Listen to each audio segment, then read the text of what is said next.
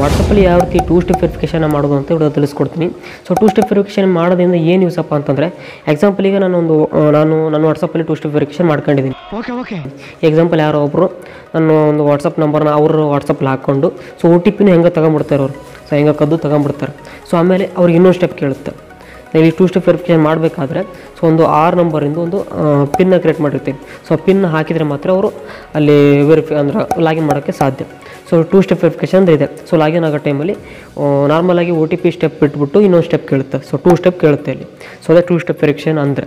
So ಯಾವ ರೀತಿ 2 step verification ಮಾಡೋದು ವಾಟ್ಸಪ್ಪಲ್ಲಿ ಅಂತ ಈ ವಿಡಿಯೋದನ್ನು ತಿಳಿಸ್ಕೊಡ್ತೀನಿ. ವಿಡಿಯೋನ ಶುರು ಮಾಡೋಕ್ಕಿಂತ ಮುಂಚೆ ನೀವು ನಮ್ಮ ಚಾನಲ್ಗೆ ಹೊಸಬ ಆಗಿದ್ದರೆ ಸಬ್ಸ್ಕ್ರೈಬ್ ಆಗದವರು ಸಬ್ಸ್ಕ್ರೈಬ್ ಆಗಿ ಹಾಗೆ ವಿಡಿಯೋ ಇಷ್ಟದೆ ಒಂದು ಲೈಕ್ ಮಾಡಿ ಅಂತ ಬನ್ನಿ ಶುರು ಮಾಡೋಣ.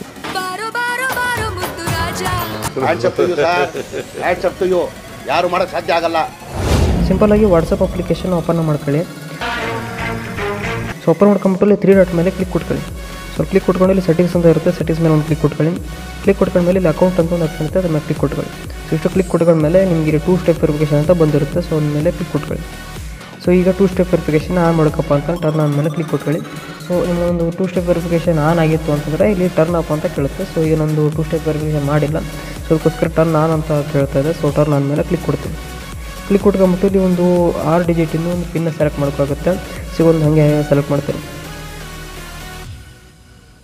ಸೊ ಹಾಕ್ಬಿಟ್ಟೆ. ಸೊ ಇನ್ನೊಂದು ಸಲ ಕನ್ಫರ್ಮ್ ಮಾಡ್ತೀನಿ. ಸೊ ಹಾಕ್ಬಿಟ್ಟು ಸೇವ್ ಮೇಲೆ ಕ್ಲಿಕ್ ಕೊಟ್ರೆ ಸೊ 2 ಸ್ಟೆಪ್ ವೆರಿಫಿಕೇಷನ್ ಕಂಪ್ಲೀಟ್ ಆದಂಗೆ. ಸೊ ಅಪ್ಲೈಯಿಂಗ್ ಸೆಟ್ಟಿಂಗ್ಸ್ ಅಂತ ಬಂತು.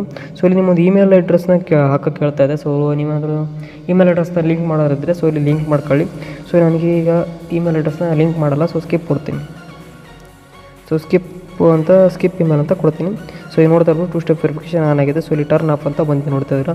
ಸೊ ನೀವೇನಾದರೂ ಪಿನ್ ಚೇಂಜ್ ಮಾಡ್ಕೊಪ್ಪ ಅಂತಾರೆ ಪಿನ್ ಚೇಂಜ್ ಮಾಡ್ಕೋಬೋದು ಈಗ. ಸೊ ಈಗ ಬ್ಯಾಕ್ ಹೋಗ್ತೀನಿ.